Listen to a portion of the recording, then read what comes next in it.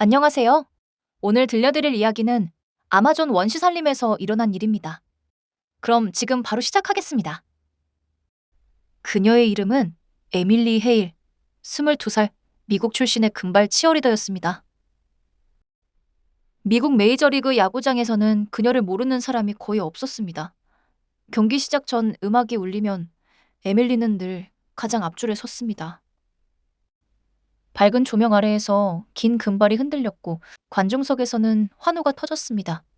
그녀가 손을 들고 박자를 세면 수만 명의 관중이 함께 소리를 질렀습니다.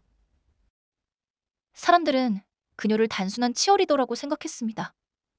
웃는 얼굴이 예쁘고 춤을 잘 추고 카메라 앞에서 자연스러운 유명한 젊은 여자. 그 정도로만 알았습니다. 하지만 사람들은 몰랐습니다.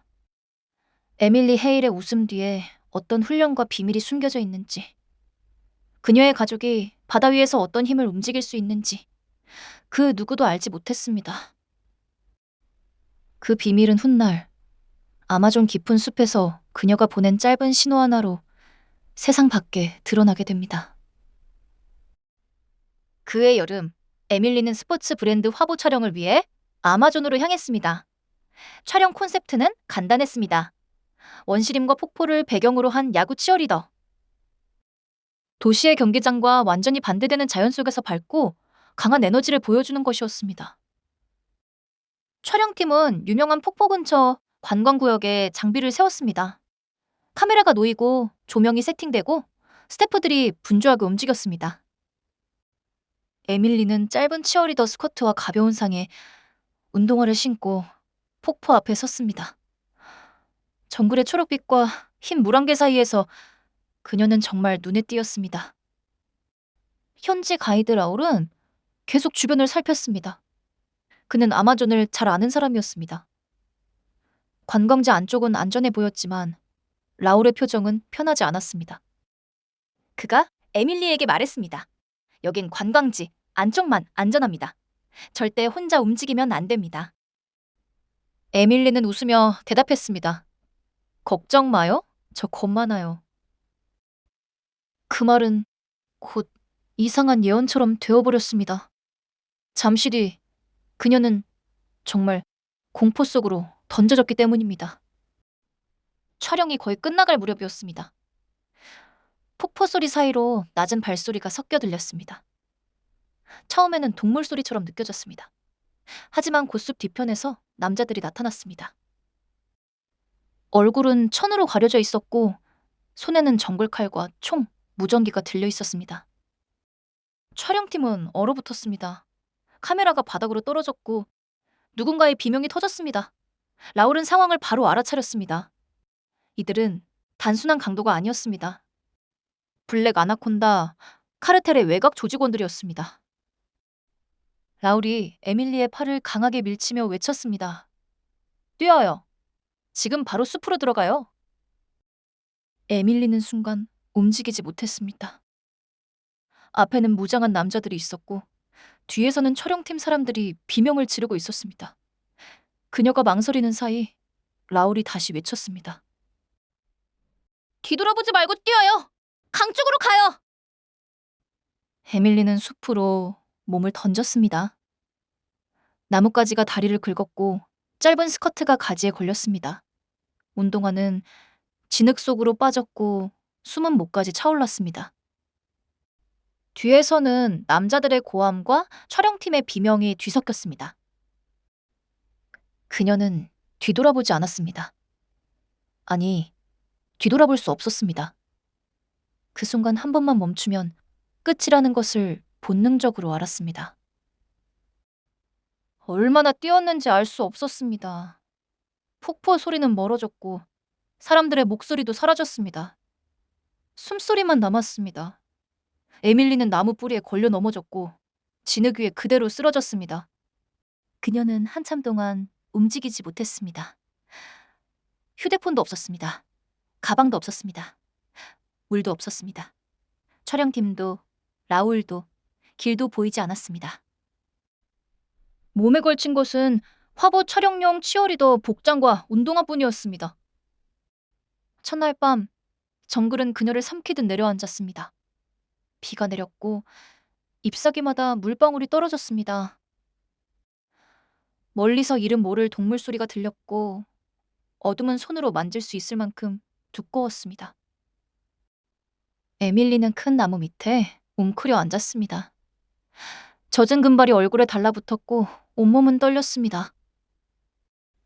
그때 그녀의 머릿속에 떠오른 것은 야구장의 함성이었습니다.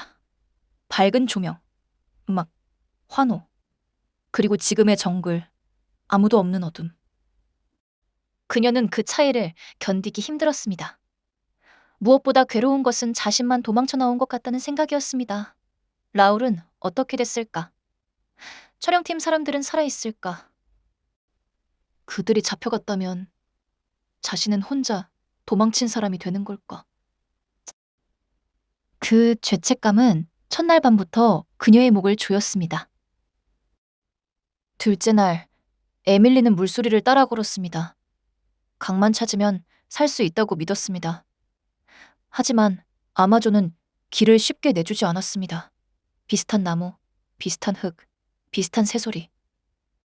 모든 방향이 같은 얼굴을 하고 있었습니다. 그녀는 몇 번이나 같은 자리로 돌아온 것 같았습니다. 입술은 마르고 배는 아팠고 다리는 점점 무거워졌습니다. 짧은 치어리더 스커트는 진흙과 나뭇잎으로 엉망이 됐습니다. 카메라 앞에서 빛나던 옷은 이제 정글에서 가장 불편한 짐이었습니다. 셋째 날이 되자 에밀리는 거의 걷는 것이 아니라 버티는 상태가 됐습니다. 다리가 떨렸고 눈앞이 흐려졌습니다. 배고픔보다 더 무서운 것은 혼자라는 사실이었습니다. 그때 나무 사이로 낡은 지붕이 보였습니다. 작은 오두막이었습니다. 녹슨 양철 지붕, 삐걱거리는 문, 찢어진 천조각. 누가 봐도 버려진 곳처럼 보였습니다. 에밀리는 처음으로 안돼 했습니다.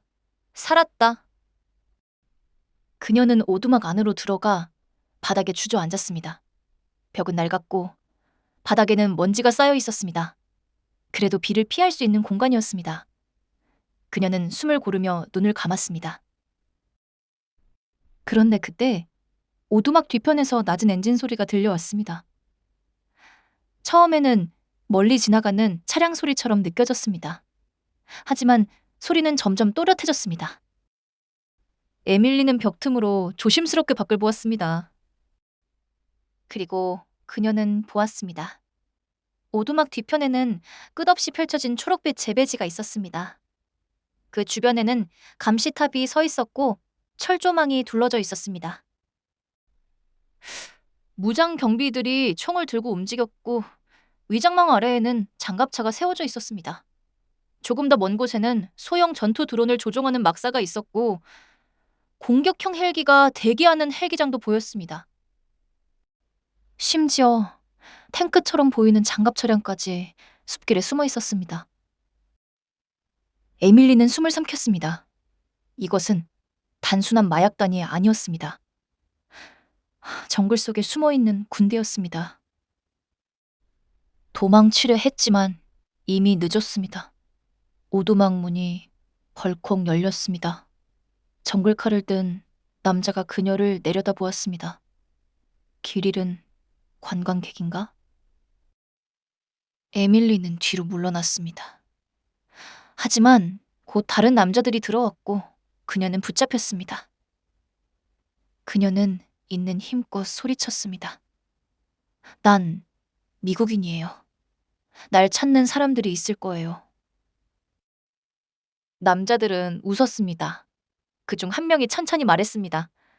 여기서 미국은 너무 멀어. 그 말은 에밀리의 귀에 오래 남았습니다. 지금은 조롱처럼 들렸습니다. 하지만 훗날 바로 그 말은 가장 큰 착각이었음이 드러나게 됩니다. 에밀리는 재배지 안쪽으로 끌려갔습니다. 그곳에는 이미 많은 사람들이 있었습니다. 남자도 있었고 여자도 있었습니다. 나이는 제각각이었지만 얼굴은 모두 비슷했습니다. 지치고 겁먹고 말이 없었습니다. 그들은 카르텔에 붙잡혀 자비를 하고 있던 강제 노역자들이었습니다. 그리고 그곳의 중심에 빅토르 카스트로가 있었습니다. 블랙 아나콘다 카르텔의 우두머리, 50대 초반의 묵직한 남자였습니다. 검은 군복 같은 정글복을 입고 있었고 표정은 차갑게 가라앉아 있었습니다. 그는 소리를 지르지 않았습니다. 오히려 너무 조용해서 더 무서운 사람이었습니다. 부하가 휴대폰을 내밀었습니다. 그 안에는 에밀리가 야구장에서 치어리더로 춤추는 영상이 재생되고 있었습니다. 빅토르는 영상을 보고 천천히 웃었습니다. 유명인이군. 그의 눈빛은 사람을 보는 눈이 아니었습니다. 물건을 보는 눈이었습니다. 돈이 될지, 협상 카드가 될지, 이용할 곳이 있는지 따지는 눈이었습니다. 그날 밤, 에밀리는 막사 앞에 세워졌습니다. 무장 조직원들이 둘러섰고 지친 노역자들은 고개도 제대로 들지 못한 채 앉아 있었습니다. 빅토르는 에밀리를 내려다보며 짧게 말했습니다. 춤춰. 에밀리는 입술을 깨물었습니다. 싫어요. 빅토르는 가까이 다가왔습니다. 여긴 싫다는 말이 통하는 곳이 아니다. 에밀리는 결국 움직이기 시작했습니다. 야구장에서 수만 명의 관중을 웃게 했던 동작이었습니다. 하지만 이곳에서는 달랐습니다. 음악도 없었습니다. 환호도 없었습니다. 카메라도 없었습니다. 있었던 것은 조롱과 휘파람, 그리고 총을 든 남자들의 눈빛뿐이었습니다. 그녀는 웃지 않았습니다. 눈빛도 죽이지 않았습니다. 처음 몇 초 동안 에밀리는 굴욕감 때문에 숨이 막혔습니다. 자신이 사랑했던 춤이 이곳에서는 구경거리로 바뀌었습니다. 하지만 곧 그녀의 머릿속에 나울의 목소리가 다시 들렸습니다. 뒤돌아보지 말고 뛰라는 목소리, 그리고 촬영팀의 비명. 자기만 살아남았다는 죄책감이 다시 올라왔습니다. 그 감정은 그녀를 무너뜨리려 했습니다. 하지만 동시에 그녀를 붙잡았습니다. 여기서 자신이 무너지면 이곳에 갇힌 사람들도 끝이라는 생각이 들었습니다. 에밀리는 춤을 추는 척하며 보기 시작했습니다. 감시탑의 위치, 헬기장 방향, 통신 막사, 드론 관제소, 발전기 소리, 감시자들이 교대하는 시간, 누가 무전기를 들고 있는지, 누가 문을 여는지. 그녀의 손이 올라갔습니다. 하나, 발이 움직였습니다.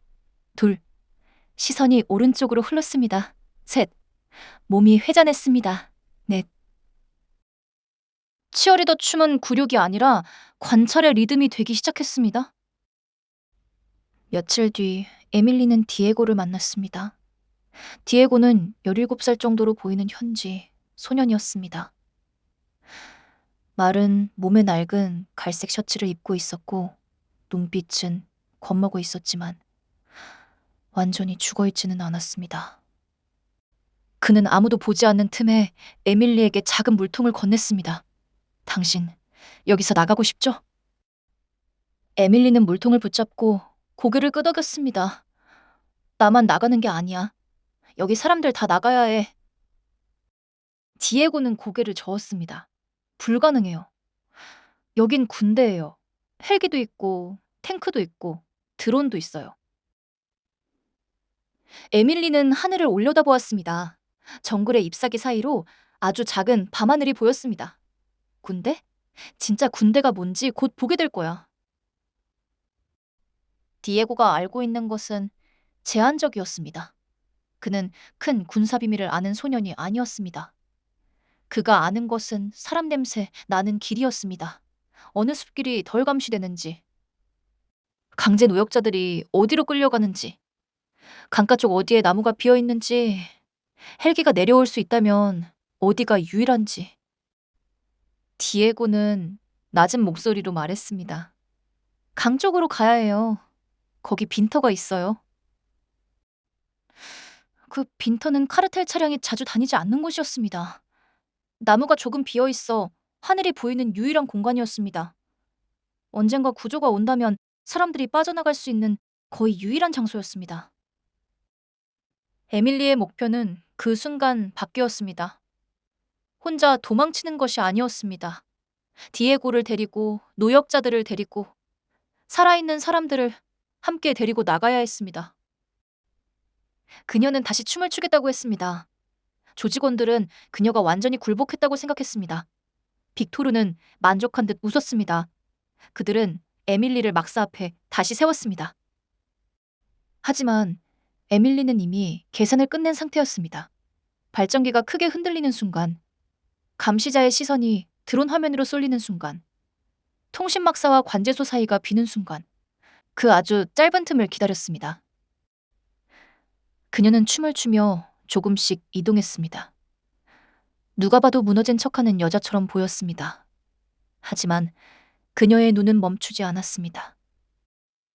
그리고 마침내 틈이 생겼습니다. 에밀리는 통신 막사 근처 장비에 접근했습니다. 구체적인 과정은 길지 않았습니다. 그녀에게 필요한 것은 복잡한 행동이 아니었습니다. 국가안보국에서만 알아볼 수 있는 짧은 비상신호, 살아있다는 표시, 위치가 존재한다는 표시, 구조 요청. 그 짧은 신호가 숲을 지나고 하늘을 지나고 감시망을 뚫고 올라갔습니다. 미국 국가안보국 상황실, 어두운 방 안에서 수많은 화면이 켜져 있었습니다. 분석관들이 평소처럼 데이터를 보고 있던 그 순간 경고음이 울렸습니다. 에밀리 헤일 생존 신호 확인. 그 이름이 뜨자 상황실의 공기가 바뀌었습니다. 분석관들은 즉시 위치를 확인했습니다. 아마존 내륙, 블랙 아나콘다 카르텔 추정 구역. 이때 처음으로 에밀리의 진짜 정체가 드러났습니다. 그녀는 단순한 야구 치어리더가 아니었습니다. 국가안보국과 연결된 비밀 사이버 자산이었습니다. 그리고 그녀의 아버지는 미 해군 항공모함 에이브러햄 링컨호의 함장 리처드 헤일이었습니다. 상황실은 우세 선존 신호와 대략적인 위치만 링컨호에 넘겼습니다. 정글 아래에 무엇이 얼마나 숨어 있는지는 아직 아무도 몰랐습니다. 보고는 곧 에이브러햄 링컨으로 넘어갔습니다. 대양에서 작전 중이던 항공모함, 함장실 안에서 리처드 헤일은 화면을 보았습니다. 딸의 이름, 에밀리 헤일, 생존 신호, 아마존 내륙, 블랙 아나콘다 카르텔. 그는 잠깐 아무 말도 하지 못했습니다. 함장으로 살아온 시간이 길었지만 화면 속 이름은 작전 대상이 아니라 딸이었습니다. 하지만 그는 무너지지 않았습니다.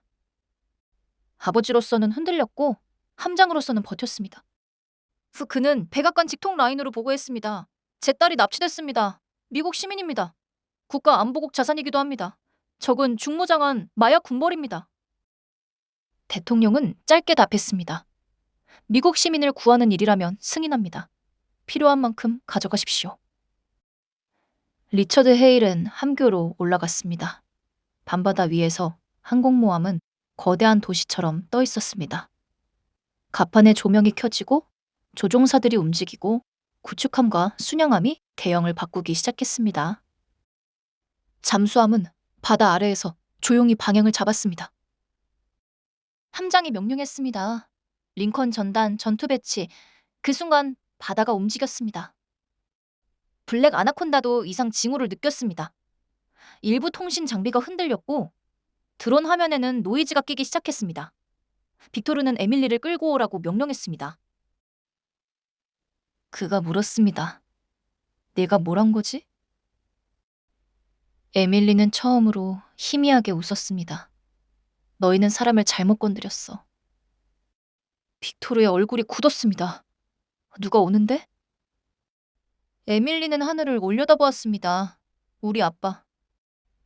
그 순간 카르텔이 먼저 움직였습니다.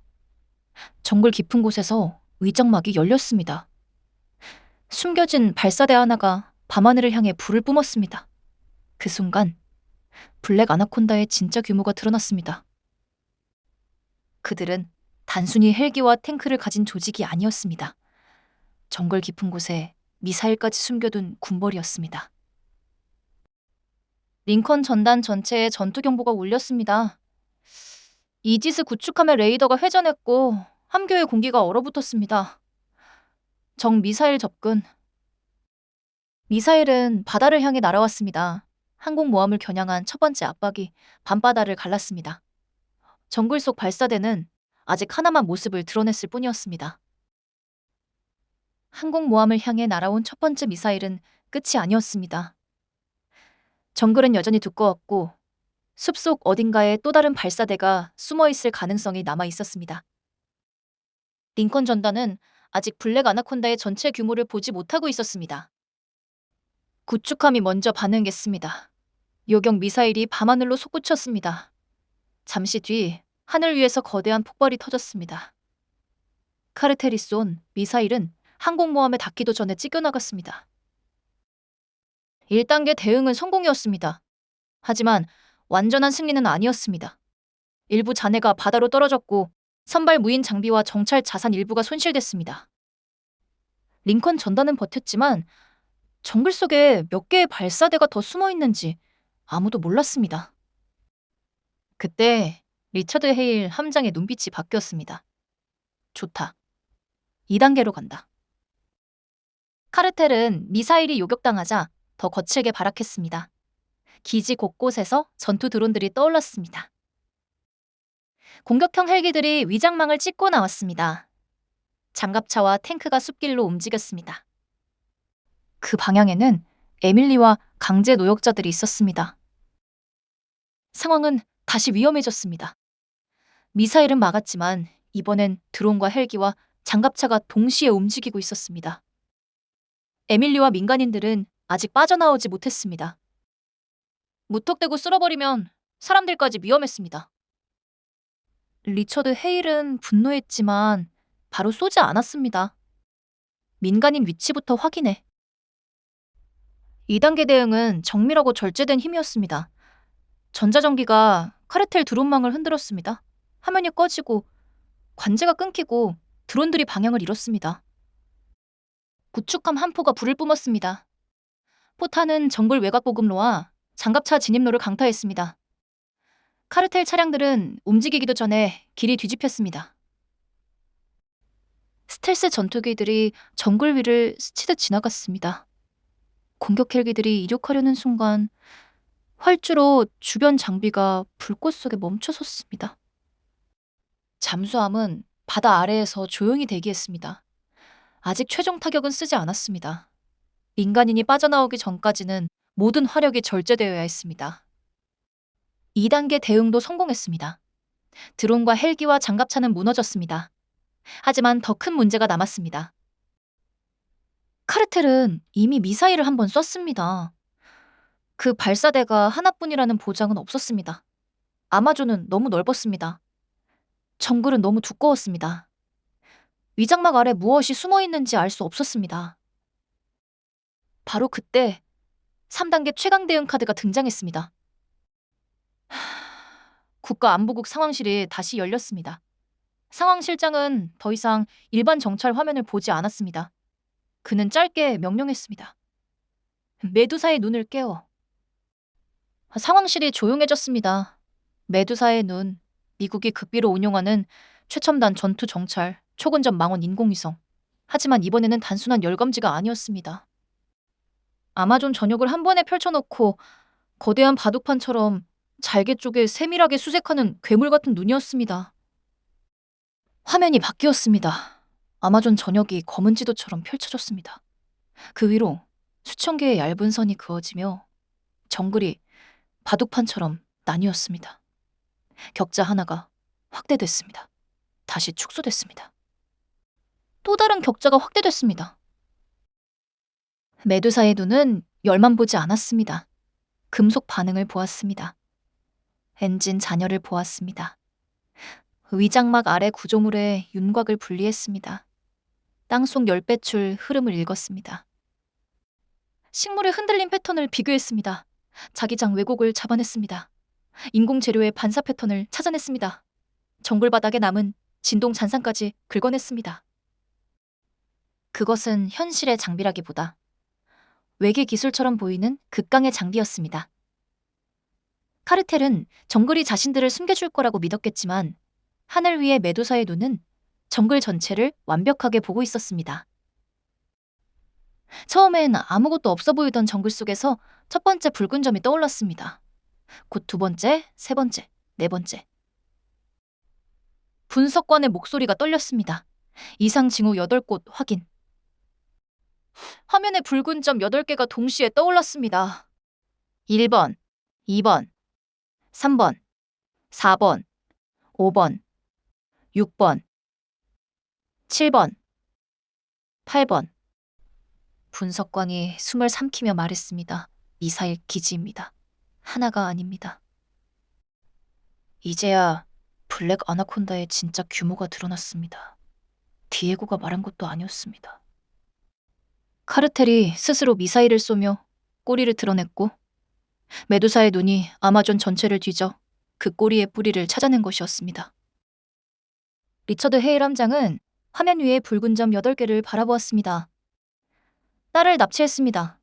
미국 시민을 감금했습니다. 미해군 자산을 공격했습니다. 그리고 아마존 깊은 숲에 미사일 기지까지 숨겨두었습니다. 그가 낮게 말했습니다. 블랙 아나콘다 미사일 기지 전부 삭제한다. 이후 항공모함 전단의 화력이 단계적으로 터졌습니다. 구축함과 순양함의 수직 발사관에서 장거리 정밀 타격이 시작됐습니다. 기지 1번, 위장망 아래 발사대가 폭발했습니다. 기지 2번, 지하 탄약고 입구가 무너졌습니다. 기지 3번, 관제 차량이 화염에 휩싸였습니다. 기지 4번, 레이더 타워가 꺾이며 쓰러졌습니다. 기지 5번, 두 번째 발사를 준비하던 발사대가 불길 속에 사라졌습니다. 기지 6번, 드론 방어망이 완전히 정지했습니다. 기지 7번, 헬기장과 보급 창고가 동시에 터졌습니다. 8번 기지는 남겨두었습니다. 그곳에는 블랙 아나콘다의 중심 지휘 벙커가 있었고 아직 에밀리와 민간인들이 완전히 안전거리로 빠져나오지 못했기 때문입니다. 카르텔은 자신들이 군대라고 믿었습니다. 하지만 진짜 항공모함 전단과 메두사의 눈앞에서는 숲속에 숨어있던 범죄자 무리에 불과했습니다. 그 시각 에밀리는 디에고와 함께 막사 뒤편으로 달렸습니다. 강제 노역자들도 하나둘 따라왔습니다. 뒤에서는 총성이 울렸고 앞에서는 진흙길이 미끄러웠습니다. 디에고가 길을 잡았습니다. 강 쪽으로 가야 해요. 거기 빈터가 있어요. 에밀리는 사람들을 계속 밀어냈습니다. 넘어진 사람을 일으켰고 겁먹은 사람의 손을 잡았습니다. 그녀는 이제 혼자 도망치던 여자가 아니었습니다. 사람들을 데리고 나가는 사람이었습니다. 빅토르가 장갑차를 타고 나타났습니다. 그의 얼굴은 이미 무너져 있었습니다. 카르텔 왕국이 불타고 있었고 헬기장은 사라졌고 통신망은 죽어가고 있었습니다. 그가 소리쳤습니다. 에밀리 헤일, 너 때문에 내 왕국이 무너졌어. 에밀리는 무전기를 집어들었습니다. 미군이 장악한 통신망을 통해 짧게 말했습니다. 여기는 에밀리 헤일, 민간인 이동 중. 적 지휘 차량이 따라옵니다. 무전기 너머에서 구조팀 목소리가 들렸습니다. 고개 숙이고 이동해라. 에밀리는 있는 힘껏 외쳤습니다. 엎드려요. 스텔스 전투기가 정글 위를 스치듯 지나갔습니다. 빅토르의 장갑차 앞쪽 도로가 폭발했습니다. 차량은 진흙 속에 처박혔고 빅토르는 그 충격으로 굴러떨어졌습니다. 숲속에서 미해군 특수구조팀이 나타났습니다. 그들은 에밀리와 민간인들을 보호하며 카르텔 잔당을 제압했습니다. 구조팀장이 에밀리에게 다가왔습니다. 미스 헤일? 에밀리는 숨을 몰아쉬며 대답했습니다. 네. 구조팀장은 짧게 말했습니다. 아버님이 기다리고 계십니다. 하지만 아직 끝이 아니었습니다. 8번 기지가 남아 있었습니다. 블랙 아나콘다의 중심 지휘 벙커. 마지막으로 남은 왕좌였습니다. 에밀리와 민간인들이 강가 빈터를 지나 안전거리로 이동했습니다. 링컨호 함교의 보고가 올라왔습니다. 에밀리 헤일 확보, 민간인 다수 구조 중 안전거리 확보까지 3분. 리처드 헤일은 기다렸습니다. 아버지로서는 단 1초도 참기 어려웠습니다. 하지만 함장으로서는 기다려야 했습니다. 민간인이 빠져나가기 전까지 최종 타격은 할 수 없었습니다. 3분 뒤 민간인 안전거리 확보됐습니다. 함장은 짧게 말했습니다. 그럼 끝내. 메두사의 눈은 마지막까지 8번 기지를 내려다보고 있었습니다. 붉은 격자 화면 속에서 지휘 벙커, 무기고, 장갑차 창고, 드론 경납고가 하나씩 분리되어 표시됐습니다. 8번 기지 안에서 빅토르는 마지막 발악을 했습니다. 전부 발사해. 남은 미사일 전부 쏴. 하지만 부하가 떨며 말했습니다. 안 됩니다. 발사대가 없습니다. 관제도 끊겼습니다. 함교에서 리처드 헤일이 마지막 명령을 내렸습니다. 8번 기지, 종결 타격. 하늘 높은 곳에서 검은 그림자가 내려왔습니다. 스텔스 폭격기였습니다. 구름을 가르며 나타난 기체가 아마존 상공을 조용히 지나갔습니다. 잠시 정적이 흘렀습니다. 그리고 거대한 불기둥이 솟구쳤습니다. 8번 기지가 사라졌습니다. 지휘 벙커가 무너지고 발사대가 산산조각 나고 드론 경납고와 장갑차 창고가 연소해 폭발했습니다. 아마존 깊은 숲 곳곳에 숨어있던 8개의 미사일 기지는 그렇게 하나씩 꺼졌습니다. 그들이 가지지 못한 것이 하나 있었습니다.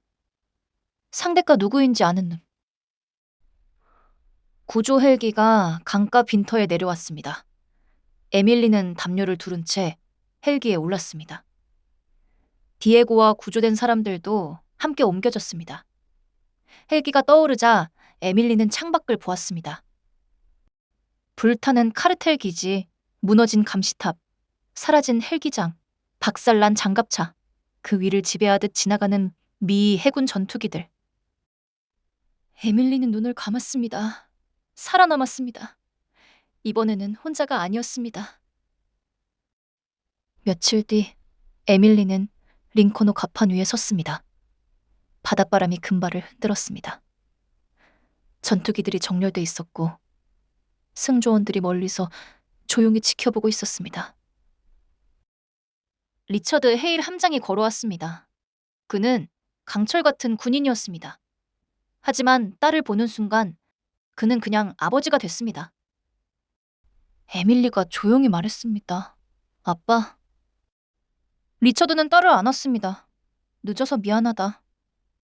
에밀리는 고개를 저었습니다. 아니야, 나 믿고 있었어. 그녀는 자신이 강제로 춤을 추게 됐던 일을 말했습니다. 그 춤이 얼마나 모욕적이었는지, 그 순간 얼마나 무너질 뻔했는지. 하지만 그 춤을 통해 감시망을 읽고 신호를 보냈다는 것을 말했습니다. 리처드는 딸을 바라보며 말했습니다. 그건 굴욕이 아니야, 반격이야.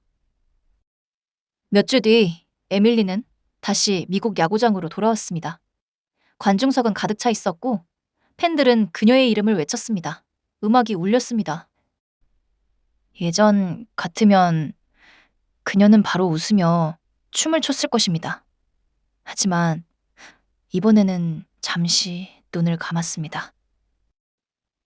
정글의 비, 진흙 속 발걸음, 카르텔의 비웃음, 하늘을 찢고 내려오던 전투기 소리, 항공모함 갑판 위에서 자신을 안아주던 아버지의 손, 그 모든 것이 지나갔습니다. 에밀리는 눈을 뜨고 첫 동작을 시작했습니다. 그 춤은 더 이상 단순한 응원이 아니었습니다. 생존자의 선언이었습니다. 그들은 그녀에게 춤을 추라고 했습니다. 굴복시키려고 했습니다.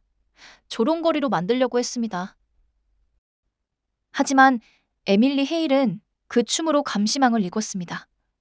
그 춤으로 신호를 보냈습니다. 그 춤으로 바다 위의 분노를 불러냈습니다. 카르텔이 미사일을 쏘는 순간 구축함이 첫 번째 답을 했습니다. 카르텔이 드론과 헬기와 장갑차로 발악하는 순간 링컨 전단이 두 번째 답을 했습니다. 그리고 정글 아래 숨은 미사일 기지의 존재가 드러나는 순간 메두사의 눈이 세 번째 답을 했습니다. 아마존은 바둑판처럼 갈라졌고 정글 아래 숨은 미사일 기지들은 하나씩 붉은 점으로 떠올랐습니다. 블랙 아나콘다는 자신들이 정글의 왕이라고 믿었습니다. 하지만 그들이 건드린 사람은 길 잃은 관광객이 아니었습니다. 미국 시민, 국가안보국의 비밀요원, 그리고 항공모함 함장의 딸이었습니다. 진짜 힘은 사람을 가두는 데 쓰는 것이 아닙니다. 갇힌 사람을 꺼내는 데 쓰는 것입니다. 그리고 그날 에밀리의 춤은 더 이상 응원이 아니었습니다. 그것은 아마존의 어둠을 향해 보낸 구조 신호였고 블랙 아나콘다의 왕국을 무너뜨린 마지막 카운트다운이었습니다. 하나, 둘, 셋, 넷. 마지막 박자에 맞춰 에이브러햄 링컨호의 전투기들이 하늘을 갈랐습니다. 오늘 이야기는 여기까지입니다. 끝까지 시청해주셔서 정말 감사드리고요. 재밌게 보셨다면 구독과 좋아요 부탁드립니다. 댓글로 여러분의 생각도 남겨주세요. 다음 편에 다시 찾아뵙겠습니다.